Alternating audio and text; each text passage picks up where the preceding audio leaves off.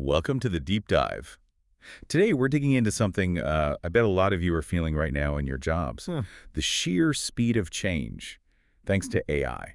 I was looking at resumes the other day, and it hit me, remember, maybe 10 years back? Yeah. When listing Microsoft Office proficiency was like a genuine plus. Oh, absolutely. Now, it's just assumed, right? It's Right. completely table stakes. That's such a perfect analogy because we're seeing that exact same thing play out right now with AI skills. Things like knowing ChatGPT or maybe GitHub Copilot. What felt like a real competitive edge just, months ago. It's rapidly becoming a basic expectation for almost everyone. Yeah, it really is. So, okay, if AI can make us like super productive, what does that actually mean?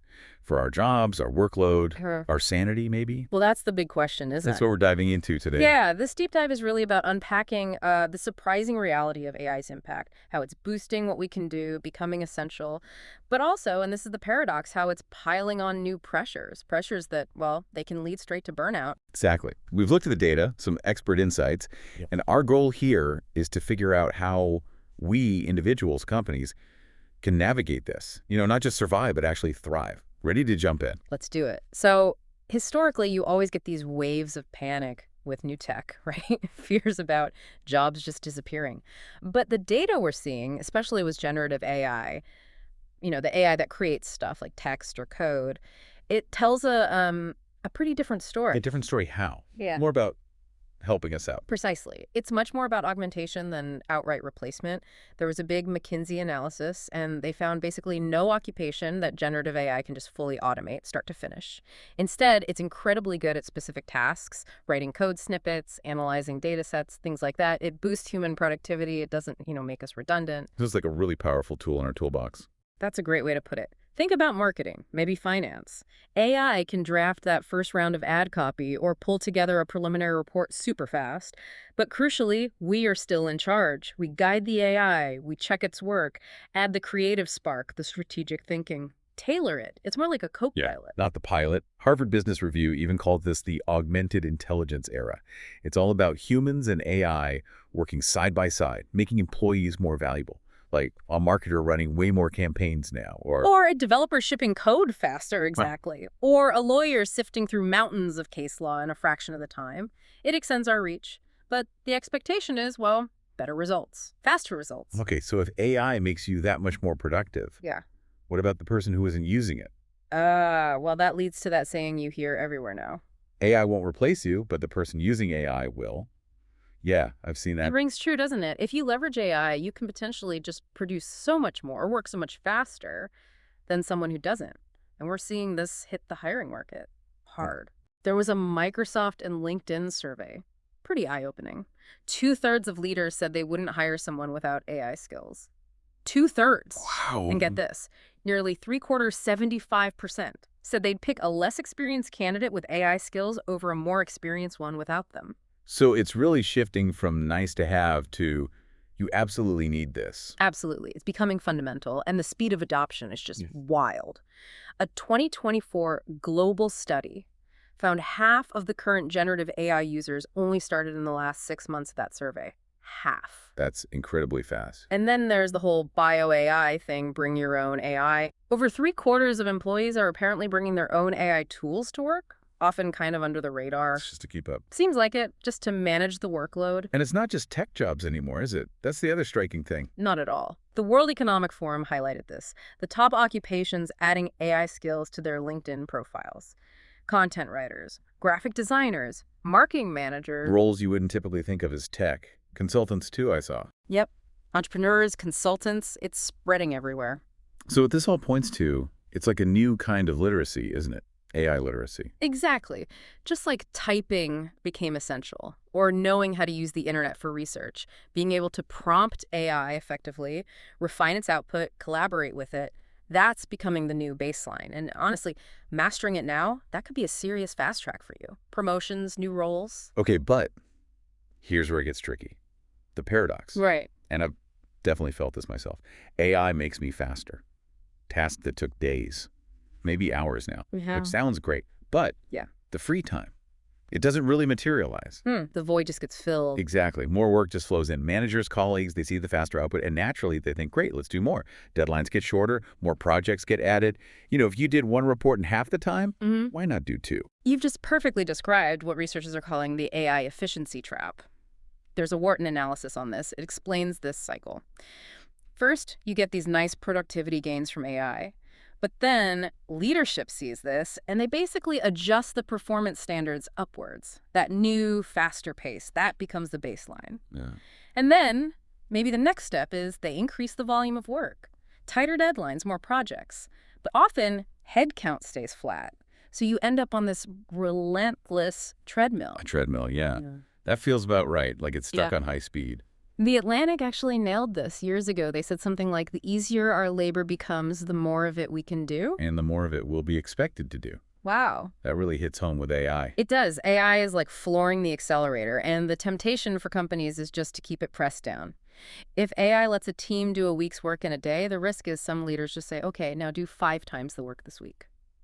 So the efficiency gains don't mean less work. They just get competed away, like that Red Queen race idea. Yeah. Running faster to stay in the same place. Precisely. You're constantly chasing the new, higher baseline. So what if you just don't use AI? Can Yeah. you opt out? Well, that's the tough part. Increasingly, it seems like not using it isn't really viable if everyone around you is augmenting their work. Over 3/4 of workers feel they need AI skills just to avoid falling behind. That's huge pressure. It is. Yeah.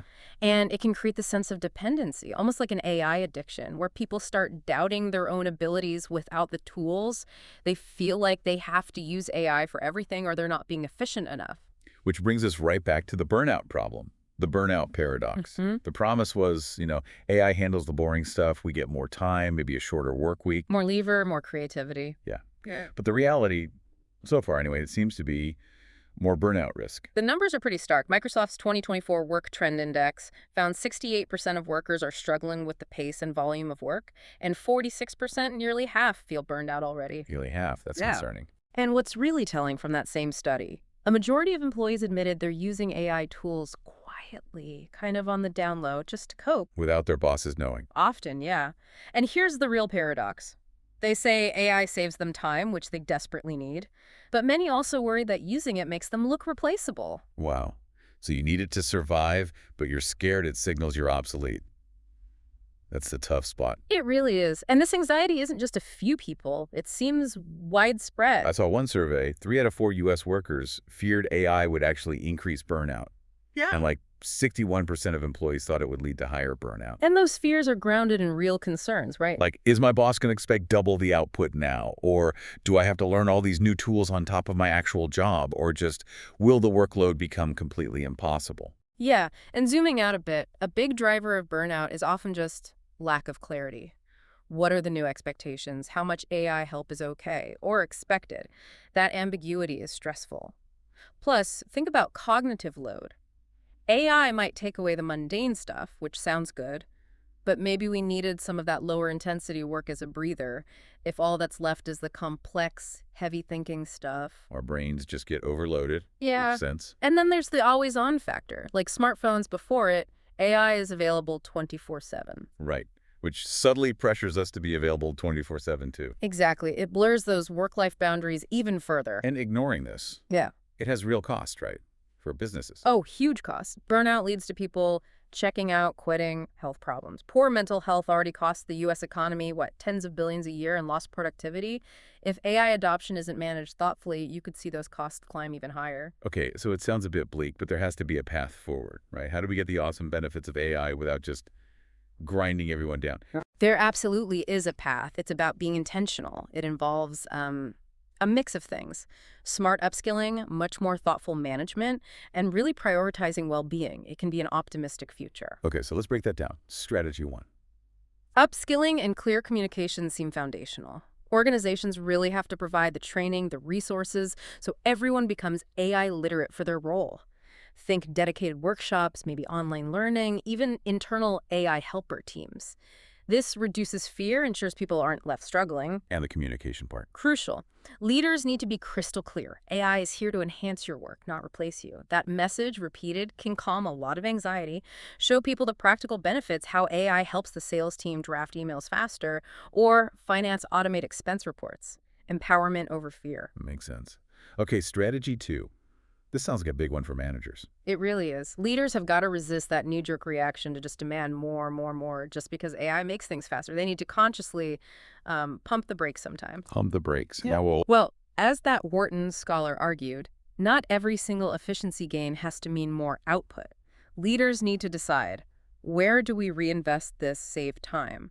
Sometimes, yes, it might mean higher throughput, but other times, maybe it's better to use that time for deeper thinking, more creative work, tackling those strategic projects that always got pushed aside. So revisiting what success looks like, those KPIs. Exactly. Rethink the metric, the workload norms, like your report example.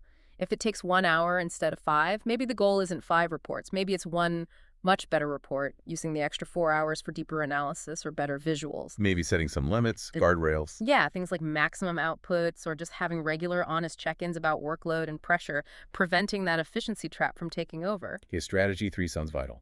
Mental health. Non-negotiable, really. Especially in this accelerated environment, companies need to seriously invest in mental health support counseling, stress management coaching, and maybe more importantly, build a culture where using these resources, taking breaks, setting boundaries, it's all seen as normal, even encouraged. Training managers to spot the signs of burnout too. Definitely. Train them to see it and how to intervene supportively. And maybe use anonymized data like overtime hours, email patterns, pulse surveys to spot potential hotspots before they become crises.